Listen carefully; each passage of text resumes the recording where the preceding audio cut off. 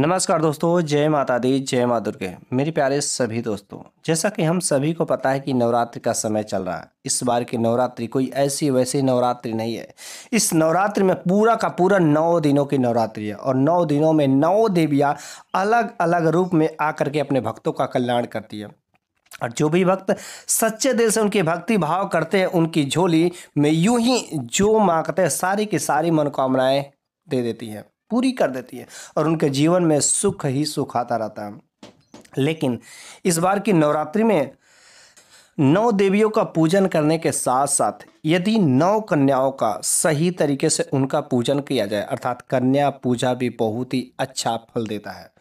नवरात्रि में यदि कन्या पूजा आप करते हैं तो साक्षात समझिए माता नौ दुर्गा को सेवा करने का अवसर मिला है। कन्या पूजन कराने से समझिएगा कि यदि कन्याएं प्रसन्न हो जाती हैं तो आपके जीवन के सारे दुख दर्द यूं ही खत्म हो जाते हैं और आपके जीवन में यूं ही सुख की सुख आता रहता है और वह हमेशा के लिए सुख आपके जीवन में भर जाता है। यदि आपके जीवन में कैसा भी दोष लगा हो, आपके कुंडली में मंगल दोष हो, पितृ दोष लगा हो, काल सर्प दोष हो, शनि दोष हो, राहु केतु जो परेशान करे, तो ऐसी कुछ दिक्कतें आपके भी जीवन में है तो आप कन्या पूजन जरूर ही करिएगा। इस नवरात्र में यदि कन्या पूजन करेंगे तो सारे दोष खत्म हो जाएंगे और आपकी झोली में माता रानी की कृपा यूं ही बरसेगी। और इस बार की शारदीय नवरात्रि पर माता रानी हाथी पर सवार होकर के पृथ्वी लोक पर आ चुकी हैं और जब माता रानी हाथी पर सवार होकर के पृथ्वी पर आती है ना, तो अपने भक्तों के लिए बहुत ही कल्याणकारी काम करती हैं। कैसी भी उनके जीवन में दुख दर्द होते हैं, दरिद्रता रहते हैं, कैसी भी समस्याएं रहते हैं, माता रानी अपने भक्तों का कल्याण करती ही करती है। और जब भी माता रानी हाथी सवार होकर आती है ना, बहुत ही अच्छा जो है इस संकेत दे देती है और अपने सभी भक्तों का कल्याण करती है। लेकिन जो भी भक्त सच्चे दिल से सच्चे श्रद्धा भाव से उनका व्रत करते हैं, 9 दिन का उपासना करते हैं तथा 9 कन्याओं को खिलाते हैं, भोजन कराते हैं तथा उपहार में देते हैं, अर्थात कन्या पूजन कराते हैं, तो उसका माता रानी की कृपा बहुत ही अपार बरसती है। और इस बार बहुत ही खुशी की माहौल है कि माता रानी हम पर कृपा बरसाने वाली हैं, क्योंकि हाथी पर सवार होकर के आ रही हैं तथा जो भी व्रतधारी होते हैं, जो भी साधक होते हैं, 9 दिन का व्रत करते यदि कन्या पूजा कर देते तो कन्या पूजा तो करने से माता रानी अति प्रसन्न हो जाती है। इस बार की जो नवरात्रि है, शारदीय नवरात्रि 15 अक्टूबर से शुरुआत हुई थी और 23 अक्टूबर के दिन समाप्त हो जाएगा तथा 24 अक्टूबर को जो लोग मूर्ति की स्थापना किए रहते हैं अर्थात विसर्जन का काम करेंगे। ठीक है, वैसे कन्याओं को भोजन कराने का तथा कन्या पूजा का विधान जो है अष्टमी तथा नवमी को होता है। कुछ भक्तगण अष्टमी को कराते हैं, कुछ भक्तगण नवमी को कराते हैं, लेकिन अष्टमी को उतना अच्छा नहीं माना जाता है जितना नवमी को होता है। जब नवरात्रि 8 दिनों का होता है तो वह नवरात्रि उतना अच्छा नहीं होता है कि जितना 9 दिनों का होता है। और इस बार की नवरात्रि पूरा का पूरा 9 दिनों का है। इस वजह से इस बार की शारदीय नवरात्रि बहुत ही अच्छा शुभ मुहूर्त बना है। वैसे 22 अक्टूबर को अष्टमी तिथि तथा 23 अक्टूबर को दिन सोमवार को नवमी तिथि पड़ रहा है, तो अष्टमी को चाहे या नवमी को आप जो है कन्या पूजन करा सकते हैं। कन्याओं को भोजन अवश्य ही खिलाना चाहिए। यदि इस नवरात्रि में कन्याओं को भोजन कराते हैं तो बहुत ही शुभ माना जाता है। जब 10 दिनों की भी नवरात्रि होती है, तो जब 10 दिनों की नवरात्रि होती है वह भी नवरात्रि बहुत ही शुभ होता है, लेकिन 8 दिनों वाली नवरात्रि शुभ नहीं होती है।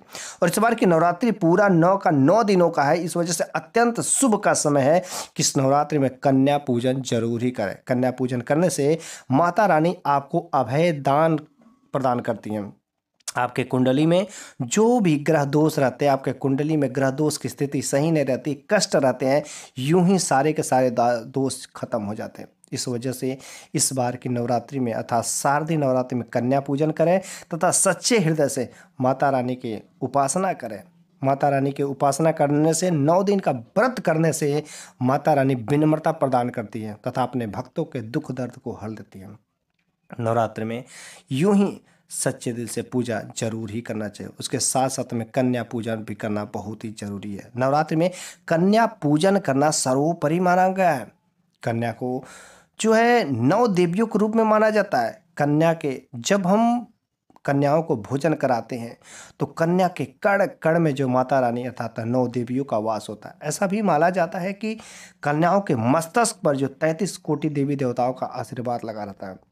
इस वजह से हमारे हिंदू धर्म में, सनातन धर्म में कन्याएं हमेशा पूजनीय हैं और सदैव पूजनीय रहती हैं।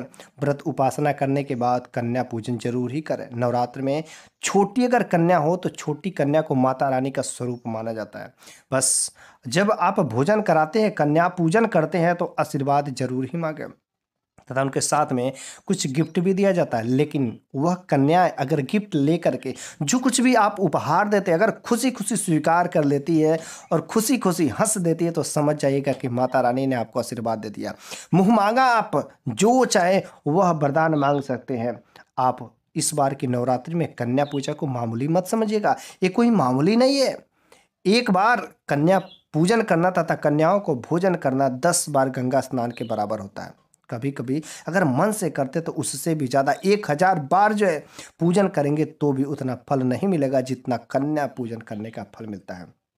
कन्याओं को यदि आप जो है पूजन करते हैं तो अगर संतान सुख की भी आपको प्राप्ति नहीं हो रही है तो कन्या पूजन करने से तथा कन्याओं को सेवा करने से बस यूं ही समझिएगा सारे के सारे आपकी मन्नतें पूरी हो जाएंगे। संतान सुख नहीं मिले हैं तो आप जो उनसे कहिए मनोकामनाएं की पूर्ति अवश्य ही करेंगे। कन्या के रूप में जो देवी आपके घर पर पधारती हैं, कन्याओं के रूप में आप किन बच्चियों को वहाँ पर जो है किन छोटे छोटे बच्चियों को जो है कन्या के रूप में ले सकते हैं जिनकी उम्र लगभग 2 से 10 साल के बीच में वह कन्या पूजन में शामिल हो सकती है। उन लड़कियों को ला करके माता देवी का स्वरूप जो है मानिए। ठीक है, इस बार की नवरात्रि में अगर 2 से 10 साल के बीच में कन्याओं को ला करके अगर उनका पूजन करते हैं हाथ पैर धुल करके तथा उनके पैरों को चरण का स्पर्श करके मस्तक पर से स्पर्श करके यदि आप उनका पूजन करते हैं तथा कुछ अगर धनराशि भी देते हैं तो अगर कन्याएं खुशी खुशी लेकर के स्वीकार करती हैं तो समझ जाएगा आपके जीवन पर माता रानी का आशीर्वाद लग गया है। मेरे प्यारे सभी भक्तों, मेरे प्यारे सभी दोस्तों और भाइयों, यदि आप माता दुर्गा के भक्त हैं तथा आप भी अगर कन्या पूजन कराते हैं और कन्या पूजन का परिणाम स्वरूप क्या मिलता है और आज का यह वीडियो आपके लिए थोड़ा सा भी अगर लग रहा है कि हाँ अच्छी बात है तो कम से कम वीडियो को लाइक जरूर कर दीजिए। माता दुर्गा के भक्त हैं तो कम से कम सब्सक्राइब तो करना बेहद ही जरूरी है। तो चलिए आगे भी हम लोग जान लेते हैं आखिर कन्याओं का स्वागत कैसे किया जाता है। जब कन्याओं को अपने घर पर बुलाते हैं तो उनका स्वागत जो है उनके चरणों को दूध से धुल करके जो है करते हैं। और सभी मर्दों को एक काम करना चाहिए, यदि कन्याओं को पैर धुला करके यदि आप अपने घर में प्रवेश कराते हैं तो समझिएगा कि माता वैष्णो हमेशा प्रसन्न रहती हैं और आपके घर में वैष्णो देवी का आगमन होता है। साफ सुथरा जगह पर कन्याओं को बैठाना चाहिए तथा कुमकुम रोरी से सबसे पहले कन्याओं को तिलक करना चाहिए। कन्याओं को तिलक करने के बाद तभी भोजन ग्रहण कराने की अनुमति देना चाहिए। लेकिन कुछ गलतियां ऐसी होती है जो बहुत सारे लोग कर देते हैं, शायद नहीं पता होगा। जब भी आप कन्याओं को भोजन कराते हैं तो कभी भी 3 पुरिया एक साथ नहीं देना चाहिए, ना तो 3 रोटी एक साथ किसी को देना चाहिए, क्योंकि 3 पुरिया और 3 रोटियां हमेशा मरने वाले को दिया जाता है या जेल में कैदियों को दिया जाता है। तो भूल करके भी ऐसी गलती नहीं करना है आपको। 1 या 2 करके 2 बार में दे सकते हैं तो इस तरीके से देने से वो दोष नहीं लगता है। और अंत में जब कन्याओं को भोजन कराने के बाद कन्या पूजन करने के बाद लाल चुनरी जरूर ही चढ़ा देना चाहिए। लाल चुनरी ओढ़ा करके जो है उन सभी कन्याओं को विदा करें। आप जो है खाने में खीर दे बना सकते हैं, पूरी बना सकते हैं, हलवा बना सकते हैं, छोला बना सकते हैं, जो चाहे आप जो है पनीर भी बना सकते हैं, इसमें कोई रोक टोक नहीं है। लेकिन बस आपको उसमें लहसुन प्याज का चीज़ें नहीं इस्तेमाल करना, मतलब तामसिक वस्तु किसी भी प्रकार का नहीं उसमें डालना। खास तरीके से कुछ लोग तो खीर पूरी या हलवा पूरी ही माता रानी को पसंद है, तो यदि खीर पूरी या हलवा पूरी यदि खिलाते हैं तो बड़ा ही अच्छा होता है। कुछ लोग जो है बच्चे छोटे छोटे बच्चे के रूप में रहते हैं, जो कन्याएं आई रहती है, कुरकुरे देते हैं, पैकेट का कोई चीज़ देते हैं, फास्ट फूड देते हैं, जो अत्यंत शुभ नहीं होता, क्योंकि उसमें कहीं ना कहीं लहसुन प्याज का मिक्सअप रहता है जो आपका व्रत जो खंडित कर सकता है। तो भूल करके भी इस गलती को नहीं करिएगा। कभी कभी होता क्या कि किसी के घर पर कोई 9 दिन का व्रत रहता है और कन्या पूजन करना चाहता है, कन्या का व्रत करते हैं, कन्याओं का पूजन करते हैं, लेकिन कोई खाना बनाने वाला नहीं रहता। तो उस समय क्या करते हैं कि डब्बा बंद चीज़ें ला करके, डब्बा बंद दही, डब्बा बंद जलेबी, कुछ ऐसी चीज़ें रेडीमेड भोजन ला करके और कन्याओं को खिला देते हैं। लेकिन याद रखिएगा जो रेडीमेड भोजन होते हैं कहीं ना कहीं जितना आप शुद्धता से करेंगे वह उतना शुद्धता से नहीं करेगा। कुछ लोग तो दही जलेबी यूं ही ला करके खिला देते हैं, लेकिन ऐसी भोजन जो माता रानी को स्वीकार नहीं होता। कोशिश करिए एक ही पूड़ी क्यों ना खिलाए, लेकिन अपने हाथ का सही तरीके से खिलाए। भूल करके भी दही जलेबी बाजार वाला या मार्केट वाला जो ओपन में मिलता है उन सब चीज़ों को नहीं, आप अपने स्वयं हाथों से एक पूड़ी एक ही जलेबी यदि बना करके उन कन्याओं को यदि भोजन कराते तो अत्यंत शुभ होता है। पक्का खाना अपने ही घर का खाना। कभी भी जो है जब कन्याओं को भोजन कराते हैं तो घर पर जो है प्लास्टिक के दोने में कुछ भी चीज़ें नहीं देना चाहिए। प्लास्टिक के दोने में भूल करके भी ना दें। ना तो प्लास्टिक का बर्तन का आपको इस्तेमाल करना चाहिए, क्योंकि प्लास्टिक के बर्तन जो जानवरों के हड्डियों से मिल करके बने होते हैं। कोशिश करें आप जो स्टील का बर्तन दें, लेकिन अगर स्टील के बर्तन में नहीं भोजन करा पाते हैं तो किसी जो है पत्तों पर आप भोजन करा सकते हैं, जैसे केले के पत्ते हो गए, बरगद के पत्ते हो गए, कुछ जो बड़े बड़े पत्ते होते हैं आप उन पत्तों पर भोजन करा सकते हैं, क्योंकि वह पत्ते जो अत्यंत शुभ होते हैं और पवित्र होते हैं, क्योंकि पेड़ पौधों में देवताओं का अंश होता है। इस वजह से उन पत्तों पर जो है करा सकते हैं, वह पत्ते बहुत ही पवित्र हैं। यदि आप किसी पत्ते पर भोजन करते हैं तो आपको अभय वरदान प्राप्त होता है। कन्या पूजन समाप्त होने के बाद जो है कन्याओं को कुछ ना कुछ उपहार जरूर ही देना चाहिए, क्योंकि यदि वह उपहार लेकर के यदि प्रसन्न होकर के जाते तो समझ जाइएगा कि माता रानी आपसे बहुत ही प्रसन्न है। लेकिन जब कन्या पूजन करते हैं या नवरात्रि जब आप करते हैं तो नवरात्रि करते समय कभी बीच में शुक्रवार पड़ जाता है या कन्या पूजन जिस दिन कराते हैं उस दिन अगर शुक्रवार पड़ जाता है तो शुक्रवार का दिन जो है माता संतोषी का दिन होता है, और माता संतोषी भी उस दिन जो है आपके घर पर आती हैं। तो जब भी आप जो कन्याओं को भोजन करें या आप व्रतधारी हैं तो शुक्रवार के दिन कोई खट्टी चीज़ें न इस्तेमाल करें, क्योंकि माता जो है संतोषी हो सके रूठ जाएंगी और खट्टी चीज़ें का इस्तेमाल करने से आपका सारा क्रियाक्रम जो बर्बाद हो जाएगा। बस संतोषी माता के रूठने से माता लक्ष्मी भी रूठ जाएंगे और आपको वरदान की जगह साफ दे करके चले जाएंगे। इस वजह से नादान बनने की कोशिश ना करें, खट्टी चीज़ों का परहेज भूल करके भी आपको करना चाहिए। ठीक है। वैसे खाने के बाद जब आप कन्याओं को भोजन करा रहे तो चुपके से सभी कन्याओं के थाली में एक एक लवंग जरूर देना चाहिए, क्योंकि लवंग जो माता दुर्गा का वास होता है, माता दुर्गा का स्वरूप होता है। माता दुर्गा बहुत ही प्रसन्न होती हैं। यदि लवंग का भोग लगाने से माता रानी प्रसन्न होती, क्योंकि लवंग का भोग जो है ना माता रानी के लिए अमृत से भी ज़्यादा होता है। एक लवंग यदि दे देते हैं तो माता लक्ष्मी को जो है भोग लगा देते हैं, माता दुर्गा को भोग लगा देते हैं, और इस काम को करने से आपका भाग्य जो है यूं ही उसी दिन से बदलना शुरू हो जाएगा।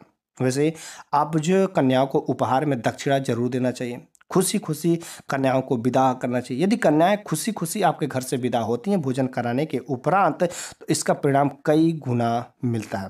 भोजन कराने के बाद जो दक्षिणा देने में या कुछ उपहार देने में, सुंदर गिफ्ट देने में, इन चीज़ों को देने में कभी भी कंजूसी नहीं करना चाहिए। आपसे जितना हो सके आप उतना काम करिए, लेकिन खाली कभी भी कन्याओं को नहीं देना चाहिए। आप चाहे अगर ऊपर वाले की कृपा से, माता रानी की कृपा से अगर आपके पास अच्छा भगवान ने दिया है, धन दौलत दिया है, तो आप जो कन्याओं को जो चॉकलेट भी दे सकते हैं, खूबसूरत कपड़े भी दे सकते हैं, स्टील के बर्तन भी दे सकते हैं, लेकिन आपको लोहा नहीं देना है, प्लास्टिक की कोई चीज़ नहीं देना है, खिलौने नहीं देना है, क्योंकि ये सब प्लास्टिक से बनी हुई चीज़ें होती है। इस पर जो राहु केतु का वास होता है और राहु केतु के वजह से आपका जीवन बर्बाद हो सकता है।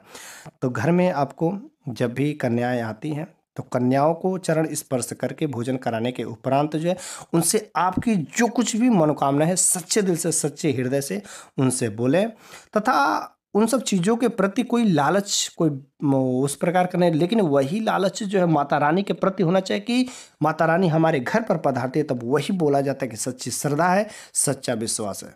ठीक है। और आपको कन्याओं को नमस्कार करना चाहिए, उनके चरणों को स्पर्श करना चाहिए। अब रही बात, यदि इन सब काम को कर देते हैं तो आखिर आपको घर पर कैसे पता चलेगा कि माता रानी का वास हो गया, माता रानी का आशीर्वाद लगा है? नवरात्रि के दौरान कुछ ऐसे भी संकेत मिलते हैं जिससे पता चलता है कि माता रानी का आशीर्वाद हमारे ऊपर लग गया। पहला नंबर की बात है कि जब आप कलश की स्थापना करते हैं तो कलश स्थापना करने के बाद में जौ जो आप जो है पिरोए रहते हैं उस जौ में से हरियाली निकलना शुरू हो जाती है। यदि आपके घर पर भी उस जौ में से अच्छी खासी हरियाली निकल गई तो समझिए बहुत ही अच्छा संकेत है, और आपके जीवन में जो कुछ भी होने वाला था अब कोई बुरा नहीं होगा, सब अच्छा ही अच्छा होगा। लेकिन अगर वही जौ निकलते ही नहीं है, सूख जाते हैं, बढ़ते ही नहीं है या खराब हो जाते तो समझ जाइए कुछ न कुछ आपके साथ अपघटित होने वाला है, कुछ बुरा होने वाला है, और इसमें जो है माता रानी से क्षमा मांगना चाहिए। और ये धनहानि के संकेत देते थे, कुछ ना कुछ बीमारी के आने के संकेत देते थे। इस वजह से अपने माँ से हमेशा जो है क्षमा मांग लेना चाहिए कि हे माता रानी, क्या मुझसे भूल हो गई, जो कुछ भी गलती हुई आप मुझे क्षमा करें। और माँ अपने बेटे को हमेशा क्षमा करती है, लेकिन ऐसा बेटा होने से फायदा क्या है कि जो बेटा अपना माँ से गलती होने पर क्षमा ही ना मांगे, तो ऐसी माँ कभी भी अपने बेटे को क्षमा भी नहीं करना चाहिए। इस वजह से यदि आपके घर पर जो जौ लगाते हैं और उस जौ से हरियाली निकल जाती है तो बहुत ही अच्छे शुभ संकेत होते हैं। लेकिन अगर उस जौ से हरियाली नहीं निकलती है, वह जौ बढ़ते ही नहीं, तो समझ जाइएगा माता रानी आपसे प्रसन्न नहीं है और आपके जीवन में दुख दर्द आने वाला है। तो माता रानी से आप जो क्षमा याचना प्रार्थना जरूर करें।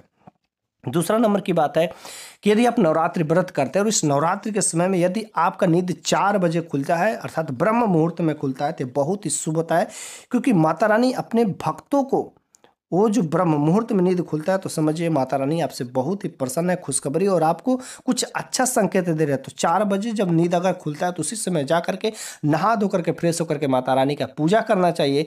तो माता रानी की कृपा अवश्य ही आपके ऊपर पड़ेगी और आपका किस्मत जो रातों रात उस दिन से चमकना शुरू हो जाएगा। तीसरा नंबर की बात करते हैं कि आखिर वो तीसरा क्या संकेत होता है, जब आप पूजन करते हैं, ठीक है, जब भी आप जो पूजन करते हैं तो आपका मन बिल्कुल ही शांत रहता है, मन में शांति रहती है। तो समझिएगा कि माँ की कृपा आपको प्राप्त हो रही है और भक्ति से आपके माता रानी बहुत ही प्रसन्न है। ठीक है।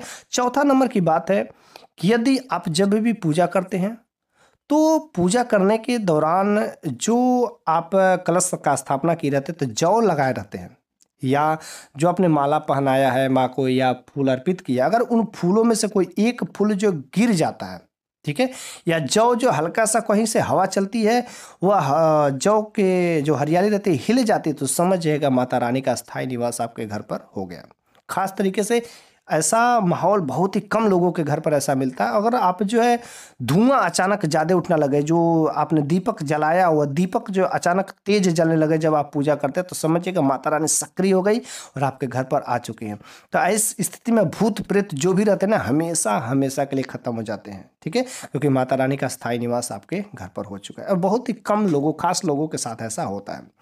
5वां नंबर की बात है कि दरवाजे पर गाय आती है, कामधेनु आती है। तो नवरात्र में यदि दरवाजे पर गाय आती तो बहुत ही शुभ माना जाता है। और ऐसे यदि गाय आती तो मत्थे पर जो है कुमकुम या रोरी का चंदन का टीका जरूर ही लगाना चाहिए था। गौ माता को रोटी और गुड़ जरूर ही खिला दे। लेकिन यदि बार बार जो है गौ आ रही है आपके घर के इर्द गिर्द घूम रही, तो समझिए माता रानी आपके घर पर आ चुकी है और गौ माता माता रानी के दर्शन करने के लिए आ रही हैं। ठीक है। 5वां नंबर की बात है कि यदि आपको सपने में शेर दिखाई देता है, कि जो माता दुर्गा का वाहन होता है, तो यदि शेर अगर सपने में दिखाए तो समझिए माता दुर्गा आपके जीवन में प्रवेश कर चुकी और बहुत ही कम लोगों के सपने में जो है माता रानी का जो सवारी जो शेर है या खुद माता दुर्गा या माता लक्ष्मी दिखती हैं, तो समझिए बहुत ही प्रसन्न है और जल्द ही आपकी कोई मनोकामना पूरा होने वाली है, शत्रु का नाश होने वाला है। शत्रु आपका नाश जो है करने के लिए भी थर थर उसके कांपेंगे। और इस वजह से ऐसे सपने जो किसी के साथ शेयर नहीं करना चाहिए, वाहन अगर शेर या माता रानी खुद दिखाई देती तो शेयर ना करें, समझिएगा जल्द ही आपके जीवन में कुछ अच्छा होने वाला है। 7वां नंबर की बात है कि अगर कोई छोटी कन्या सुबह सुबह लाल वस्त्र धारण करके अगर दिखाई दे देती है, या सुबह सुबह कन्या का आपके घर में आना लाल कपड़े में पहनकर, तो समझिएगा माता लक्ष्मी साक्षात आपके घर में आई है और आपके जीवन के जो कुछ भी दुख दे देता है खत्म हो जाने वाली है। आपके घर में खुशियाँ ही खुशियाँ आएगी। मन में जो श्रद्धा विश्वास रखेंगे सब कुछ मिलेगा। आपका बुरे समय अब खत्म होने वाले, जीवन के सारे कष्ट खत्म है। अब आपके जीवन में केवल सुख ही सुख आएगा। 8वां नंबर की बात है कि यदि आपके घर में इस नवरात्रि के समय में यदि उल्लू घर पर आ जाता है तो बहुत ही खुशी है, क्योंकि माता लक्ष्मी का जो वाहन उल्लू है, यदि उल्लू है तो समझ जाइए कि माता रानी आपके घर पर आ चुकी है, माता लक्ष्मी का स्थायी निवास हो गया है। क्योंकि उल्लू एक तो दिवाली पर और दूसरा नवरात्रि में यदि आपके घर पर आते हैं तो बहुत ही शुभ होता है। ठीक है, बाकी समय में अशुभ होता है। और उल्लू जो है माता लक्ष्मी का सवारी है, इस वजह से बहुत ही खुशी की बात है। आपके घर पर उल्लू आया है तो माता लक्ष्मी खुद जो है आ गई हैं। 9वां नंबर की बात है कि यदि ब्रह्म मुहूर्त में 4 बजे के समय में, ठीक, ब्रह्म मुहूर्त जो 4 बजे, ठीक है, यदि इस ब्रह्म मुहूर्त 4 बजे के समय में कभी घंटी बजने की आवाज़ सुनाई दे, कोई भजन भाव की आवाज़ सुनाई दे, शंख नाद की आवाज़ सुनाई दे, तो माता रानी की कृपा जो है आपके पर पड़ गई है और आपके जो शरीर से कोई नकारात्मक शक्ति है तो यूं ही खत्म हो गई है, तभी आपको ऐसी ध्वनि जो है सुनाई देती है। कुछ इसके साथ साथ और देखा जाए तो अगर आपके घर में कहीं पर काली चींटी दिखे या काली चींटी का समूह जो दिखे, काला चींटी जो भोजन ले जाते हुए अगर आपको दिखाई दे देती है, तो समझिए कि काला चींटी जो माता लक्ष्मी के संकेत होते हैं और तो माता लक्ष्मी का आगमन हो चुका है। ठीक है।